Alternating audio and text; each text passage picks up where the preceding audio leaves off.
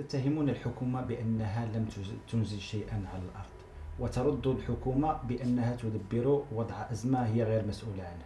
أليست مصيبة في ذلك؟ جميع الحكومات غير مسؤولة عن الوضع السياسي والاقتصادي. هناك تراكمات إيجابية وتراكمات سلبية كأي عمل حكومي. لو لم تكن الحكومات السابقة لما أصبح بن كيران يدير دولة بهذا الشكل وسلطة بهذا الشكل. يعني السي بن كيران جاء مثلهم مثل النبي صلى الله عليه وسلم وجاء إلى المدينة ليبني أول مسجد. هذا منطق، شمال المنطق هذا ليس هو ذلك النبي الذي يعتقده، بل كان رجل سياسي جاء وجد دولة بمؤسساتها بشعبها بسلطتها ويديرها، وجد هياكل، وجد أزمة، وجد كذلك إيجابيات، وهو داخل في إطار ما يسمى بديمومة الدولة. وبناء عليه بن كيران ليس هو ذلك المنقذ من الضلال.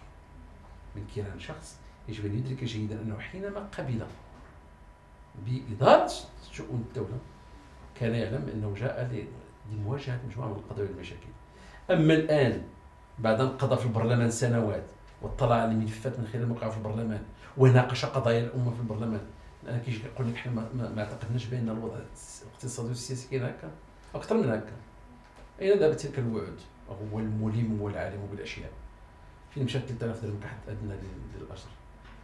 فين مشاو دوك الأموال اللي غادي يمشيو للعائلات الفقيرة والأرامل؟ يمكن أعطوا وعودا كبيرة.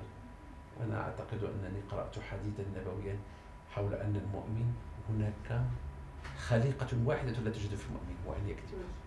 وعلى ابن كيران أن يطرح السؤال عن نفسه. على كل حال هو يصر دائما على ربط المحاسبة بالولاية الكاملة، ويقول أنه يطلب تأجيل الحساب إلى آخر الولاية. لهذا لينتظر بن كيران. نحن لنا من النفس الطويل ما سننتظر، سنتحاسب بعد ذلك.